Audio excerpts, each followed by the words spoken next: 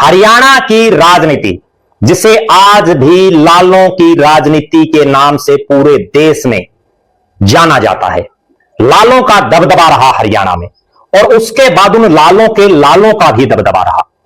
लेकिन आज उन लाल परिवारों में से दो परिवारों के दो बड़े चेहरे, उनका परिवार भारतीय जनता पार्टी में शामिल है। अब एक बहुत बड़ा सवाल उठ रहा है कि क्या किरण चौधरी और कुलदीप बिश्नोई की राजनीति परमानेंट खत्म हो गई है? जी हां, कुलदीप बिश्नोई, जिनके पिता चौधरी भजनलाल हरियाणा ही नहीं देश की राजनीति में जिनका बहुत बड़ा नाम रहा। चौधरी भजनलाल हरियाणा के वर्षों तक मुख्यमंत्री रहे, केंद्र में मंत्री रहे, तीन लोकसभा क्षेत्रों से सांसद रहे, करनाल, फरीदाबाद और हिसार से विधायक रहे कई मर्तबा, और बड़ा लंबा चौड़ा उनका राजनीतिक वजूद रहा।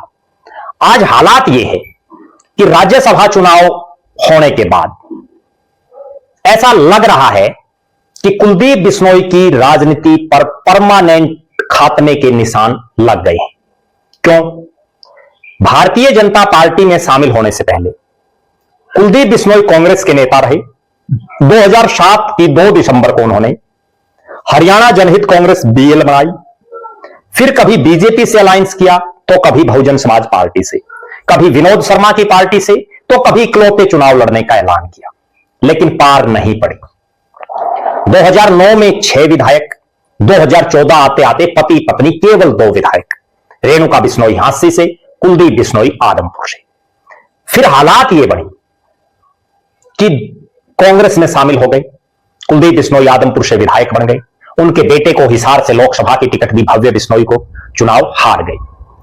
जब प्रदेश अध्यक्ष उनको नहीं बनाया गया और ऐसा उनको लगा कि अब कांग्रेस उनको प्रदेश अध्यक्ष नहीं बनाएगी या कोई बड़ी चौधर नहीं देगी, तो उन्होंने एक राज्यसभा चुनाव में वोट डाला और उसके बाद पार्टी छोड़ दी।